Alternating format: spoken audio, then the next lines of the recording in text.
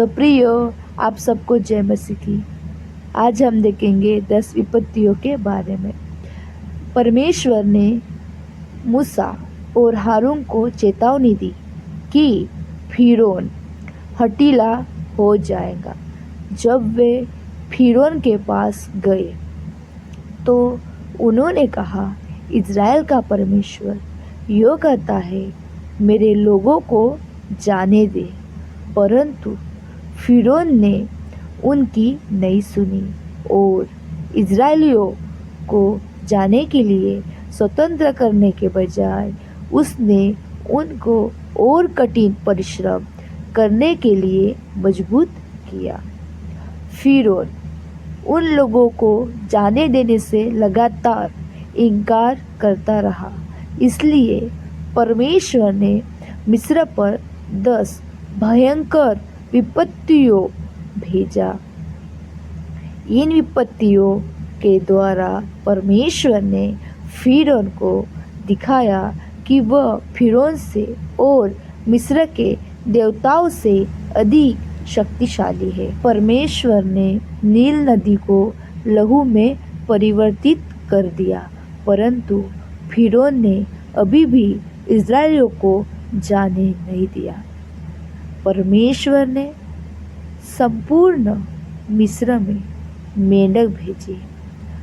फिरौन ने मेंढकों को दूर करने के लिए मूसा से अनुरोध किया, परंतु सब मेंढकों को मर जाने के बाद फिरौन ने अपने मन को कठोर कर लिया और इज़राइलियों को मिस्र से निकल नहीं जाने दिया। इसलिए परमेश्वर ने कुटकियों की विपत्ति भेजी। उसके बाद उसने डांसों की विपत्ति भेजी। फिरौन ने मूसा और हारून को बुलाया और उनसे कहा कि यदि वे उस विपत्ति को रोक दे तो इज़राइल मिस्र को छोड़कर जा सकते हैं। जब मूसा ने प्रार्थना की तो परमेश्वर ने मिस्र पर से डांसों को हटा दिया, परंतु फिरौन ने अपने मन को कठोर कर लिया और उन लोगों को स्वतंत्र होकर जाने नहीं दिया। इसके आगे परमेश्वर ने मिस्रियों के सब फालतू जानवरों को बीमार होकर मर जाने दिया, परंतु फिरौन का मन कठोर हो गया था और उसने इज़राइलियों को जाने नहीं दिया। तब परमेश्वर ने मूसा से फिरौन के सामने हवा में राख फेंकने के लिए कहा। जब उसने ऐसा किया तो मिस्र के लोगों की त्वचा पर पीड़ादायक फोड़े निकल आए, परंतु इज़राइलियों को कुछ नहीं हुआ। परमेश्वर ने फिरौन के मन को कठोर कर दिया और फिरौन ने इज़राइलियों को स्वतंत्र होकर जाने नहीं दिया। इसके बाद परमेश्वर ने ओले गिराए और मिस्र की अधिकांश फसलों को नष्ट कर दिया और जो कोई भी बाहर निकला उसे मार डाला। फिरौन ने मूसा और हारून को बुलाया और उनसे कहा, मैंने पाप किया है, तुम लोग जा सकते हो। अंततः मूसा ने प्रार्थना की और आकाश से ओले गिरना रुक गया। परंतु फिरौन ने फिर से पाप किया और अपने मन को कठोर कर लिया। उसने इज़राइलियों को स्वतंत्र होकर जाने नहीं दिया। अंत परमेश्वर ने मिस्र पर टिड्डियों के दलों को आने दिया। इन टिड्डियों ने उन सारी फसलों को खा लिया जिनको ओलों ने नाश नहीं किया था। फिर परमेश्वर ने अंधकार कर दिया जो 3 दिनों तक बना रहा। यह इतना घोर था कि मिस्र लोग अपने घरों ने न निकल पाए। परंतु जहाँ इज़राइली लोग रहते थे वह उजियाला था, होकर जाने देने से इनकार कर दिया। चूँकि फ़िरौन ने नहीं सुना था, इसलिए परमेश्वर ने एक अंतिम विपत्ति को भेजने की योजना बनाई।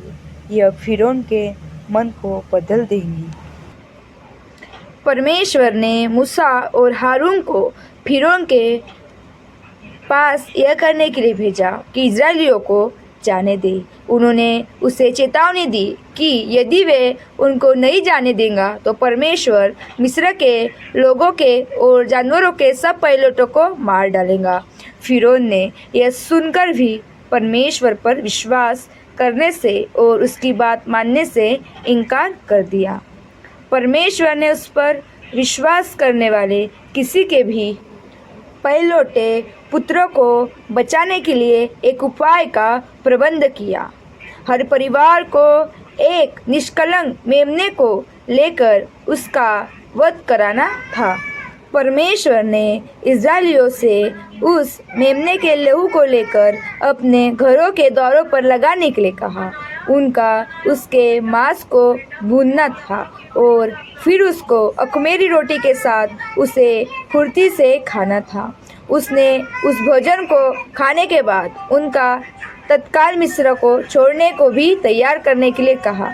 जैसा करने के लिए परमेश्वर ने इज़राइलियों को आदेश दिया था, उन्होंने उसके अनुसार सब कुछ किया। मध्यरात्रि में परमेश्वर हर एक पहिलौठा पुत्रों को घात करते हुए मिस्र के मध्य से होकर इज़राइलियों के हर एक घर के द्वारों पर लहू लगा हुआ था। इसलिए परमेश्वर ने उस घरों को छोड़ दिया। उनके भीतर के सब लोग सुरक्षित थे। वे मेमने के लहू के कारण बच गए थे, लेकिन मिस्रियों ने परमेश्वर पर विश्वास नहीं किया था और उसके आदेशों को नहीं माना था। इसलिए परमेश्वर ने उनके घरों को नहीं छोड़ा। परमेश्वर ने मिस्रियों के हर एक पहिलौठे पुत्रों को मार दिया। जेल खाने के कैदियों के पहिलौठों से लेकर फ़िरौन के पहिलौठे तक हर एक पहिलौठा नर मर गया। अपनी गहरी वेदना के कारण मिस्र के बहुत से लोग रो रहे थे और विलाप कर रहे थे। उसी रात फ़िरौन ने मूसा और हारून के बुलाया और कहा, इज़राइलियों को लेकर तुरंत ही मिस्र से निकल जाओ। मिस्र के लोगों ने भी इज़राइलियों से तुरंत निकल जाने का आग्रह किया। तो इस प्रकार हमने ये कहानी देखी। ये कहानी निर्गमन अध्याय 11 से 1 बाइबल